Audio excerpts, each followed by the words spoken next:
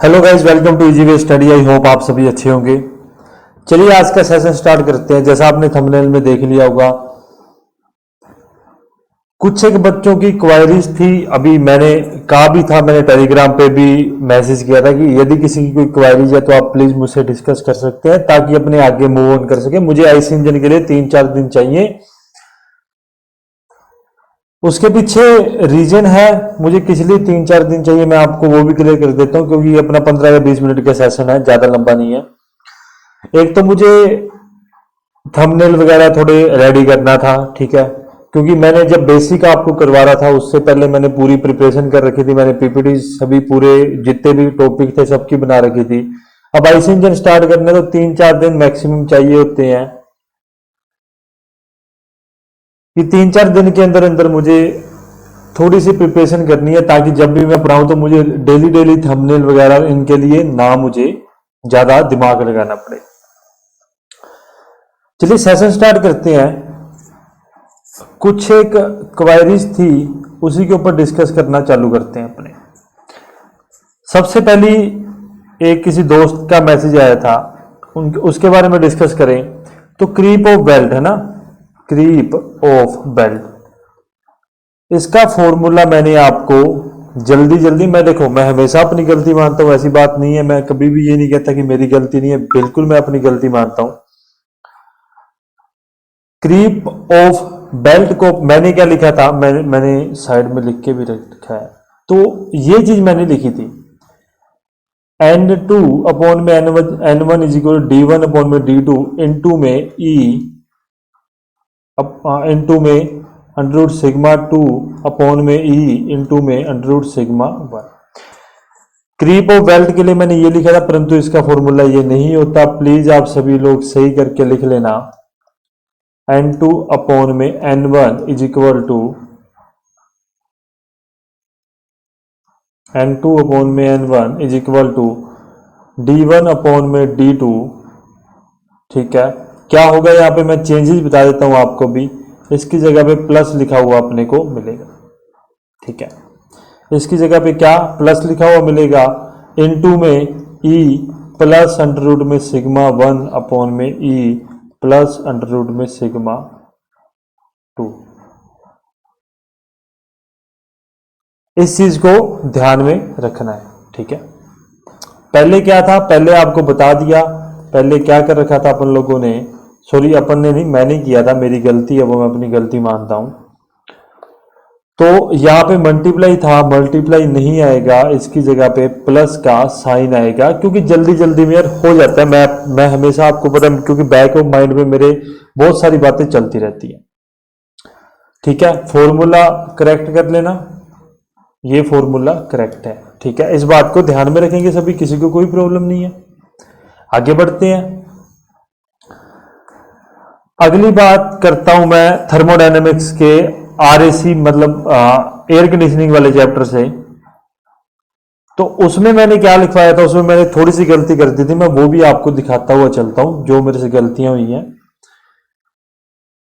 इस जगह पे आप देख पा रहे हो मैंने क्या किया, when outside condition are hot and humid, बाह्य दशाओं में गर्म व अंदर हो, तो यहां पर कूलिंग एंड ह्यूमिडिफिकेशन लिखवा दिया।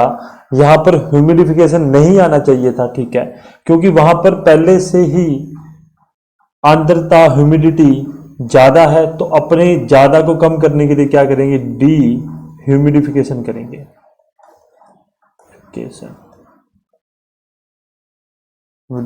डी आई और आ जाएगा, ह्यूमिडिफिकेशन करेंगे, ठीक है।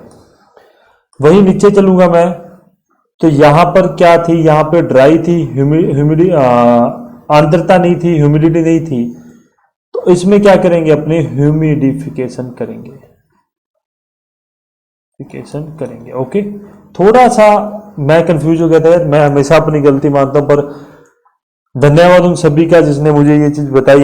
एमी नाम से लड़का है, वो बहुत अच्छी स्टडी कर रहा है, वो इस चीजों का ध्यान रखता है, उनका उसका शुक्रिया। बेसिक में जो होना था हो गया, आगे से मैं खुद ध्यान रखूंगा कि मैं डबल चेक करने के बाद में ही आपको पढ़ाऊं, क्योंकि क्या होता है ना, मैं इन चीजों को लिखता नहीं हूं, मैं लिखता इसलिए नहीं कि मैं आपको फटाफट बता दूंगा, मेरे मेरे माइंड में वो चीज रहती है, पर अब मैं सभी चीजें अपने पास लिख के ही रखूंगा। मुझे ऐसा लगता है कि मैं लिखता हूं तो कहीं आप लोगों को ये ना लगे कि यार सर तो पता नहीं देख देख के पढ़ा रहे हैं, इसलिए मैं ज्यादा नहीं लिखता हूं। परंतु फिर भी अब से मैं एक एक पॉइंट अपना नोट डाउन करूंगा जितना ज्यादा हो सके, ठीक है, ताकि आपको कोई प्रॉब्लम फेस ना करनी हो। याद रख लेना क्या होगा, कूलिंग एंड डिह्यूमिडिफिकेशन होगा, ह्यूमिडिफिकेशन होगा कब होगा, जब जब आउटसाइड आउटसाइड में क्या हो, जब आउटसाइड कंडीशन कौन सी हो अपनी, हॉट एंड ह्यूमिड हो, गर्म और आर्द्र हो, ठीक है। इस बात को ध्यान में रखेंगे सभी, किसी को कोई प्रॉब्लम नहीं है, आसानी से इस बात को समझ जाओगे। आउटसाइड कंडीशन है ना। सेकंड में बात करूं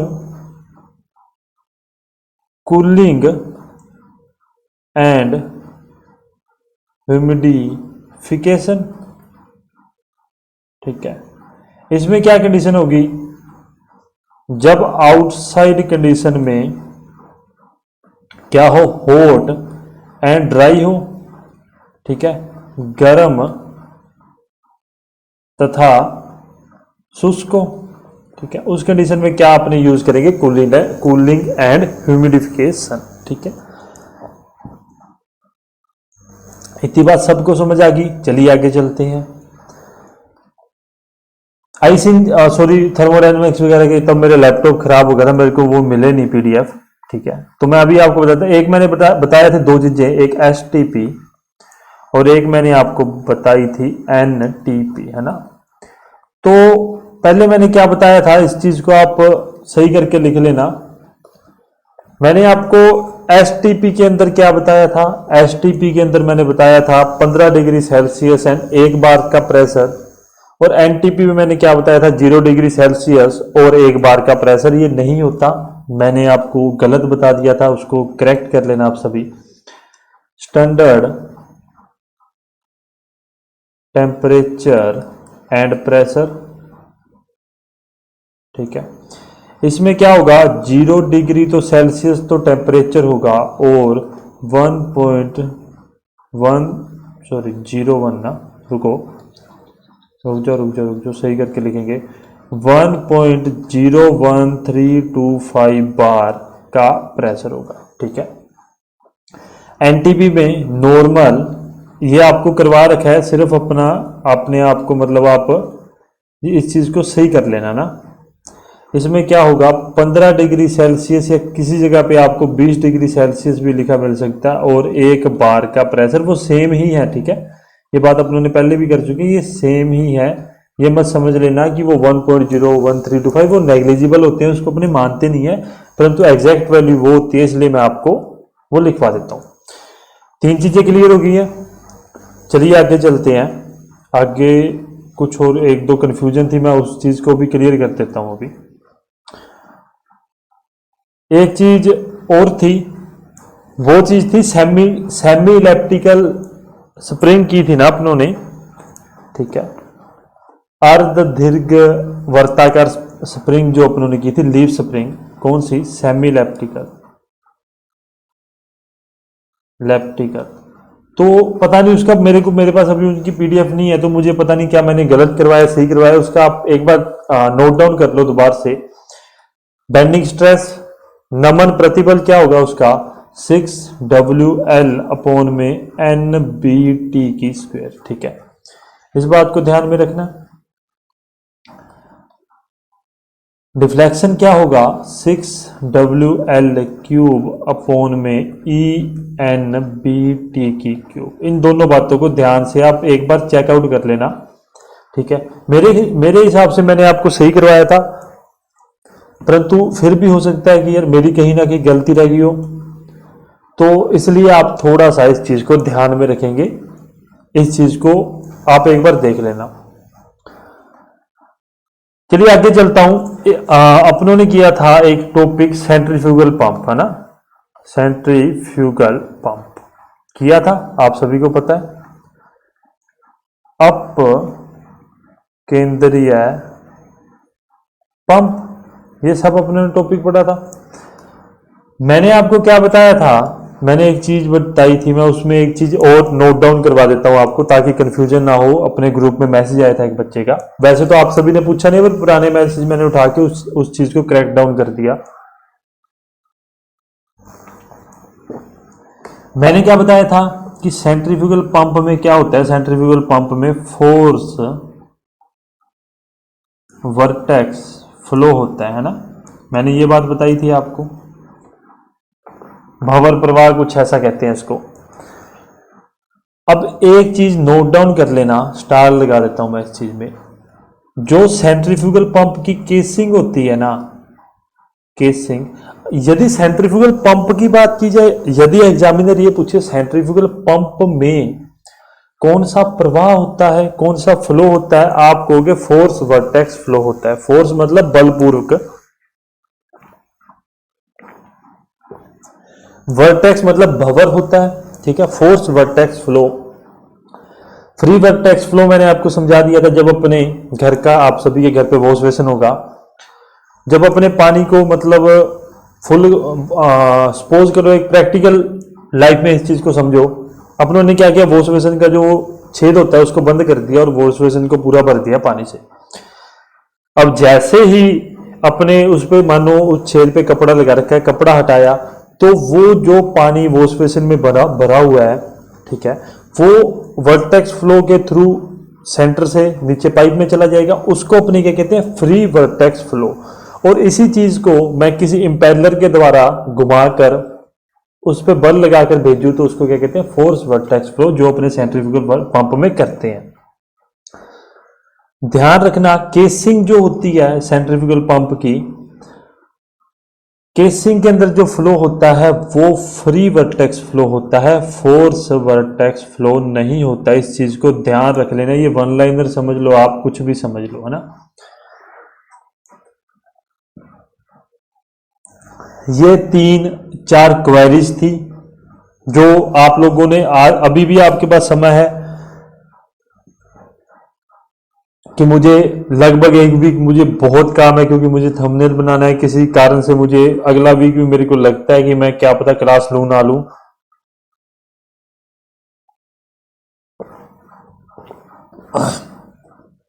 क्योंकि अगले वीक में भी मुझे कहीं जाना है, ठीक है। तो देखते हैं, जैसा भी जो भी प्रोग्राम सेट होगा।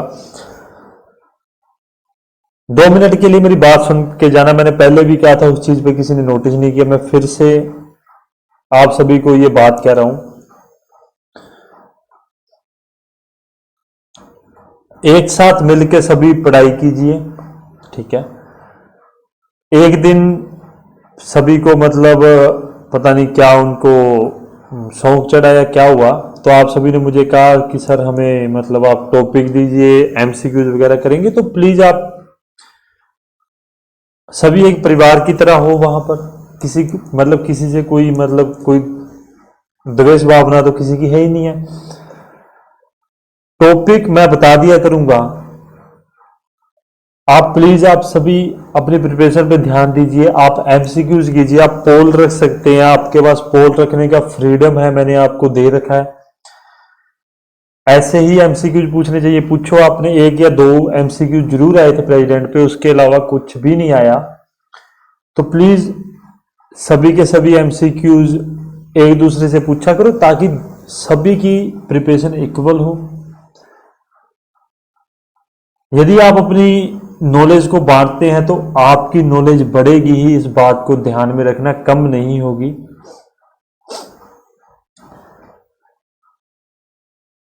सब कुछ अच्छा चल रहा है, कोई प्रॉब्लम नहीं है।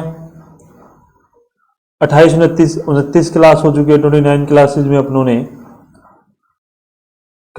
अपनों ने क्या कर दिया, 29 क्या 30 क्लासेज में अपनों ने, जो जाना चाहता है वो जा सकता है। कुछ एक डिस्कशन कर लेते हैं अपने थोड़ा टाइम बैठ के, क्योंकि कोई अभी क्या 14-15 मिनट की क्लास हुई है, आराम से देखते हैं इसको। तो 30 क्लास के अंदर अपनों ने अगर बेसिक पूरा आपने कंप्लीट कर लिया, ये समझ लो। अच्छी जो कोचिंग सेंटर होगी मैं हमेशा उनको अच्छा मानता हूं, ठीक है, मेरे से वो बहुत अच्छे हैं, ठीक है। तो वो इस चीज को 50 घंटों तक कराते हैं, क्योंकि उनका क्या सीन होता है, वो अगर आपको कुछ समझा रहे हैं तो उनका फोकस होता है, आपसे पैसे लिए हैं तो वो आपको पूरा उसको अंदर तक समझाते हैं, चाहे वो आपके काम आए चाहे ना आए। अपना क्या शेड्यूल है, अपने सिर्फ पॉइंट टू पॉइंट कोर एक मतलब जहां से एग्जामिनर क्वेश्चन पूछता है अपने वही बात करते हैं। तो ध्यान में रखना कि 30 घंटों में तो सिर्फ अपनी बेसिक की क्लास ही पूरी हुई है। आगे चलेंगे, आगे और बहुत सारी चीजें हैं, आईसी इंजन वगैरह अपने स्टार्ट करेंगे तब अपने पास और बहुत सारी प्रॉब्लम आएगी। प्लीज अपनी तैयारी रखिए, ठीक है। तैयारी में देखो, मैं हमेशा एक बात कहता हूं, ऐसा पढ़ना कि लाइफ का लास्ट अटेम्प्ट हो, कि इसके बाद मेरी जिंदगी में मेरे लिए कुछ भी नहीं बचेगा अगर ये मैं मोटर व्हीकल सब इंस्पेक्टर ना लगा। ध्यान रखना इस बात को। आपके दोस्त मित्र रिश्तेदार जो आपको बुरा भला कहते हैं उनको भी ध्यान रखा करो। देखो मैं जरूर रखता हूं यार, मुझे मुझे मैंने अपने आप को वैसा बना लिया है ना कि मुझे अब कोई बुरा कहता है तो मैं उस चीज से मोटिवेट होता हूं, मैं डिप्रेशन में नहीं जाता। वास्तविक बात है ये। मुझे परसों मेरा दोस्त मिला तो मैंने कहा क्या, कहता क्या कर रहा है, मैं कहा यार ऐसे करके और तैयारी वगैरह चल रही है, तू क्या ही लगेगा और ऐसे। उस दिन मैं रात को 3 बजे सोया हूं पढ़ाई करके, ठीक है। मुझे मोटिवेशन मिला उस बंदे से कि यार हाँ ठीक है भाई ये कह रहा है तो अच्छी बात है, अब इसको मैंने लग के दिखाना है। तो मोटिवेशन देते हैं वो आपको। प्लीज उनकी बातों को डिप्रेशन में मत लेके जाना, सोचना मत, आराम से पढ़ो, समय बहुत है। एक टॉपिक उठा लिया, एमसीक्यूज रगड़ दो, सीधी सीधी सी बात आपको कहूं। टेस्ट सीरीज भी आपकी देखते हैं कैसे क्या चालू कैसे करनी है, अभी मेरे समझ में नहीं आ रहा। अभी एप्लीकेशन भी आपकी, जब मैं बिल्कुल आपके लिए फ्री हो जाऊंगा तभी उसके ऊपर भी बात करेंगे, अपने एप्लीकेशन के ऊपर। वैसे तो बन चुकी है, अगर कोई जाके देखना चाहता है इजी वे स्टडी, आप आराम से जाके सबसे पहले ऊपर ही ऊपर अपनी चैनल का जो लोगो है वही अपनी एप्लीकेशन का लोगो आप देख सकते हैं, उस पर आपको पीडीएफ वगैरह भी अवेलेबल मिल जाएंगी, ठीक है। अदरवाइज मैंने उसके ऊपर अभी तक कुछ भी नहीं डाला क्योंकि उसमें अभी बहुत सारी इंप्रूवमेंट करनी है। नॉन टेक कहीं से भी पढ़ो, एक बात याद रखना, एक बात मैं आपको बड़ी अच्छी बता रहा हूं, इस बात को ध्यान में रख लेना कि कोई भी टॉपिक कोई भी सब्जेक्ट है उसका एक कोर पॉइंट होता है। क्या होता है उसका कोर पॉइंट? कोर होता है उस चीज का, ठीक है। उस चीज के कोर को पकड़ के रखना, पकड़ कर रखना, ठीक है। जब भी किसी टॉपिक को स्टार्ट करो, आपने सपोज करो आपने क्या शुरू कर लिया, आपने शुरू कर लिया 1857 की क्रांति, है ना, ठीक है। अब क्या है, अब इसका कोर कैसे पकड़ना है मैं आपको उस चीज के बारे में बता दूं ना, ठीक है। कि आपने क्या किया, जैसे सपोज 1857 की क्रांति, है ना, किसके लिए, तो राजस्थान वाली की बात करता हूं। अब कोर कैसे पकड़ोगे, सबसे पहले कोर की बात की जाए तो सबसे पहले अपने क्या करेंगे, सबसे पहले अपने याद करेंगे छावनियां, ठीक है। क्योंकि छावनियां प्लस उसका समय, नहीं समय नहीं तारीख, अपने इस चीज को अच्छे से कह सकते हैं कि नसीराबाद को कब हुई थी। जैसे मैं फॉर एग्जांपल, ठीक है, रुको, प्लस दिनांक ना, ये हो गया कोर पॉइंट की। एग्जामिनर 70% आपको यही चीज पूछता है, याद रख लेना। छावनियां 70 नहीं, 70 मैंने ज्यादा कह दिया, परंतु 50% आपसे यही चीज पूछी जाती है। सपोज जैसे नसीराबाद छावनी थी, 28 मई को चालू हुई, 28 मई 1857। फिर चलती चलती नीमच में पहुंच गई, नीमच में 3 जून को हुई। देवली में चली गई क्रांति, देवली में कब स्टार्ट हुई अपने बात करें तो 5 जून को चालू हुई। देन अपने आगे आगे मूव ऑन करेंगे, एरिनपुरा 21 अगस्त को चालू हुई। उसके बाद में बिथोड़ा की बात करूं, बिथोड़ा में युद्ध भी हुआ था। ठीक है, मैं मेरे को सब कुछ आता है, मैं वास्तविक बात बताऊं, परंतु समय नहीं मिल पाता। ठीक है, मेरे को पता नहीं क्या, मेरे को खुद को नहीं समझ आता मेरा शेड्यूल क्या है। कोटा की बात करूं तो 15 अक्टूबर को चालू थी। ये है कोर पॉइंट। अब इसके अलावा एक कोर पॉइंट मैं और ऐड कर देता हूं इसके अंदर। ठीक है, एक कोर पॉइंट और ऐड कर देता हूं, वो है पीए, क्या, पॉलिटिकल एजेंट। एक थोड़ा सा आपको ओवरव्यू बता रहा हूं, पढ़ने का तरीका बता रहा हूं। सबसे पहले क्या चालू करना है, इन दोनों चीजों को पकड़ लेना, अंदर मत घुसना। ये दोनों कर लिया, आगे मूव करना पीए पे, पीए पे। ठीक है, पॉलिटिकल एजेंट। जयपुर का अलग था, मेवाड़ का, अजमेर का, ये सभी अलग अलग थे। ठीक है, उस समय का कौन सा पॉलिटिकल एजेंट था, इस चीज में घुस जाना। ठीक है, एक एजीजी था, agent to governor general, lord Patrick Lawrence नाम से था इस समय। पूरे राजस्थान का एक ही होता है, तो एक था वो। राजपूताना एजेंसी वगैरह कब चालू हुई, ये चीज है कोर पॉइंट, कि ये आपको अब भी 70% आपको पेपर देखने को मिल जाएगा। इतनी बात होगी। अब आगे मूव करेंगे, अगली बात करेंगे अपने बात क्या करेंगे, अगली बात करेंगे इनका नेतृत्व करता। ठीक है, नेता कौन कौन से थे, नेतृत्व किसने किया, उस चीज को पढ़ना, अंदर में घुसना आराम से। एक मतलब वो ना एक सर्किल होता है ना, जैसे ये पढ़ा, अब उसके बाहर गए, अब उससे उसके एरिया से बाहर गए, अब थोड़ा सा उसके एरिया से और बाहर गए, अब थोड़ा सा उस एरिया से बाहर गए। और यहाँ पे एक एरिया और होता है जिसमें आप पूरा एग्जाम के एमसीक्यू सब लगा देते हो, और यहाँ पर आपका टॉपिक कंप्लीट होता है। ठीक है, मैं तो देखो, मैं पर्सनली ऐसे पढ़ता हूं। अभी मैंने प्रजामंडल आंदोलन पढ़ने स्टार्ट किए, तो प्रजामंडल आंदोलन का देखो समय है, आप रुकिए, नहीं तो आप जा सकते हो। प्रजामंडल आंदोलन की बात करूं मैं, ठीक है, प्रजामंडल आंदोलन में मैंने क्या किया, मेरे को बड़ी अच्छी अच्छी बातें समझ आई। क्या समझ आया, जब मैंने उस चीज को पढ़ा तो 2 बातें मुझे पता लगी कि 90% पेपर कहां से आता है, दिनांक से, किस दिनांक या किस सन को, किस वर्ष को प्रजामंडल की स्थापना हुई, गठनकर्ता कौन था और इसका अध्यक्ष कौन था।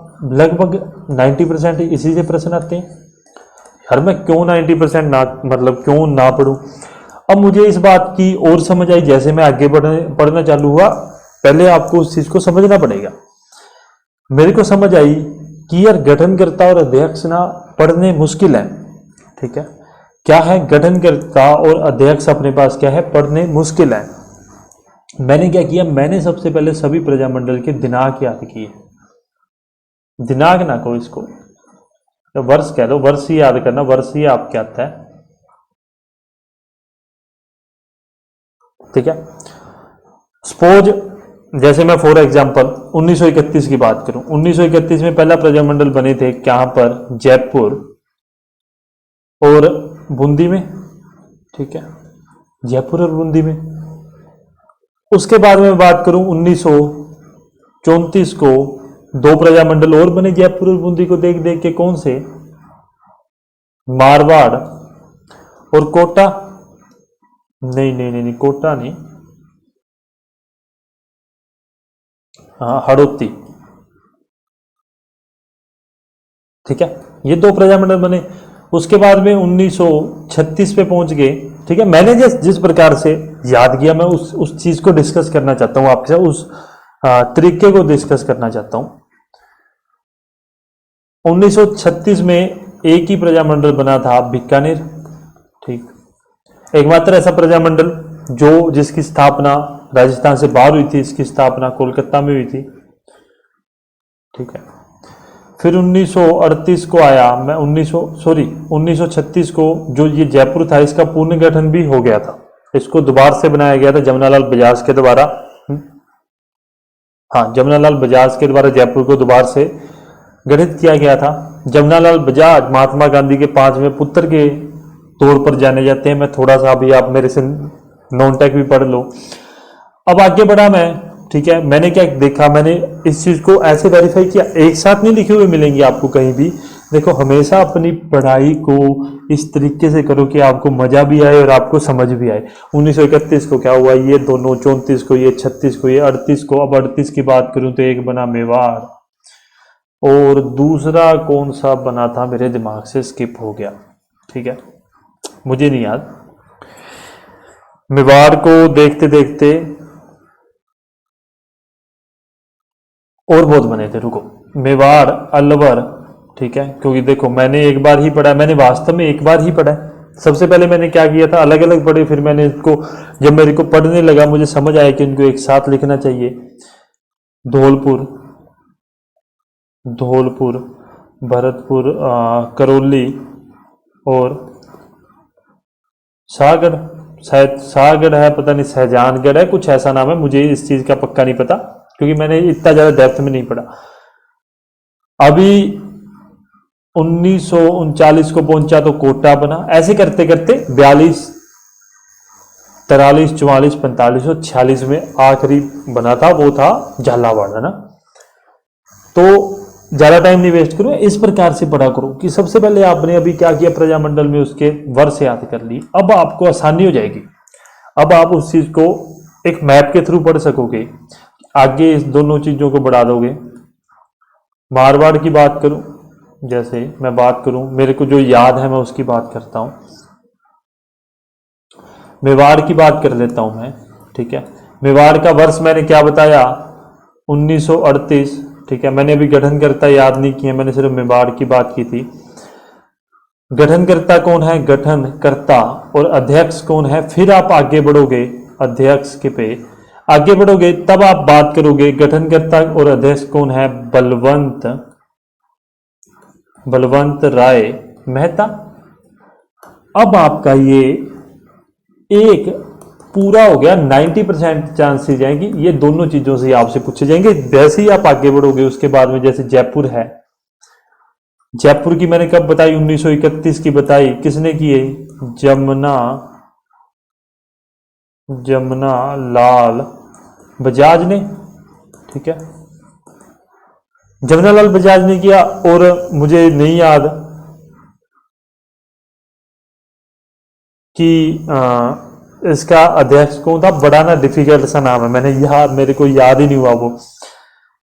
तो जब इसका 1938 में हुआ था तब मुझे वो नाम याद है, बड़ा मजेदार नाम है उनका, चिरंजी लाल मिश्रा। मुझे ना नाम अच्छा लगा तो मेरे को ये याद हो गया। यही बात है, आप इंटरेस्ट लोगे तो आपको याद हो जाएगा। ये 1938 में 24 अप्रैल मुझे याद है, 24 अप्रैल 1938। क्यों, मैंने एक तरीके से पढ़ा, मैंने एक अच्छा उस चीज को सोल्यूशन निकाल के पढ़ा। मैंने ऐसे नहीं है कि मैं एक वो बच्चों की तरह बैठ गया कि किताब ले ली, आपको ये नहीं पता कि आपके लिए क्या इंपॉर्टेंट है क्या नहीं इंपॉर्टेंट, बस रट रहे उस चीज को। मत करना, सीधी सजेशन है। एक कोर्स पॉइंट पकड़ लो, उस कोर्स से बाहर निकलोगे, ना कि ये देखो अपना तरीका क्या रखना, अपना तरीका ये रखना, यहां से पढ़ोगे और फिर बाहर की तरफ जाओगे, ठीक है। फिर बाहर की तरफ उस चीज को और ज्यादा पढ़ोगे, ठीक। आपको पता है, आप इतनी बात ध्यान रखना कि ये 3 लेवल के अंदर अंदर ना आपका 90% एग्जाम में प्रश्न पूछे जाएंगे जब आप थोड़ा सा उसको विस्तृत रूप से पढ़ोगे। बच्चे क्या करते हैं, मैं उसकी बात करूं, बच्चे करते हैं ये चीज, यहां पर पहुंचे, फिर ऐसे पहुंचे, फिर ऐसे पहुंचे, फिर ऐसे पहुंचे और फिर ऐसे पहुंचे, ठीक है। तो इस लेवल के बीच बीच में आपको पता है कि मेरा 90% हो रहा है, तो आप कोर पकड़ो पहले सब चीज उस सब्जेक्ट की, फिर आप आगे मूव करो। एग्जाम्पल आपको बता दिए, जैसे 1857 की क्रांति में राजा मतिया, जहां राजस्थान चयन बोर्ड आपको फंसाएगी, मैं बता देता हूं 1857 की क्रांति लिख लो चाहे आप, ठीक है। 1857 की क्रांति में राजस्थान चयन बोर्ड आपको फंसाएगी शासक के समय कि किस प्रकार से जयपुर का शासक अमेरिका कौन था, महाराणा स्वाई स्वरूप सिंह द्वितीय। कोटा का कौन था, राम सिंह द्वितीय। मारवाड़ का कौन था, मारवाड़ की बात की जाए तख्त सिंह थे। करौली का मदन पाल थे। और मैं आगे बात करूं और मुझे एक दो और थे शासक, ठीक है। तो इस प्रकार से आपसे शासक भी पूछे जाएंगे। बीकानेर के शासक सरदार सिंह, जिनकी सेना राजस्थान से बाहर 1857 की क्रांति के वक्त गई थी।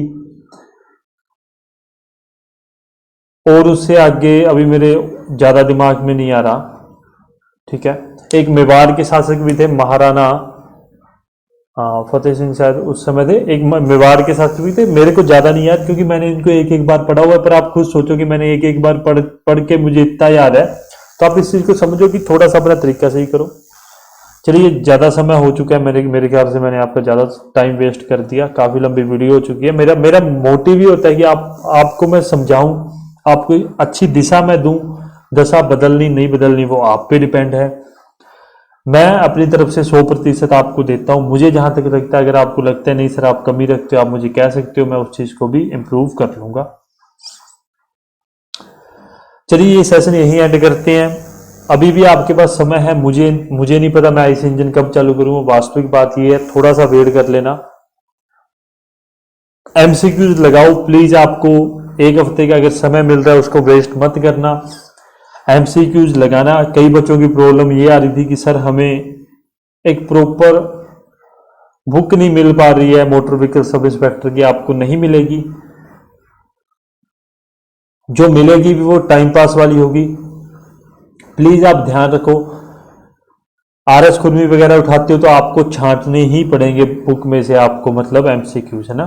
तभी तो अपने पेड कोर्सेज में भी एमसीक्यूज पे फोकस कर रहे हैं। चलिए, ये सेशन यही एंड करते हैं। अगर वीडियो अच्छी लगी है लाइक कमेंट और शेयर करना, सब्सक्राइब करना चैनल को। टेलीग्राम सभी ने ज्वाइन कर ही रखा है। आपका दिन शुभ रहे। धन्यवाद।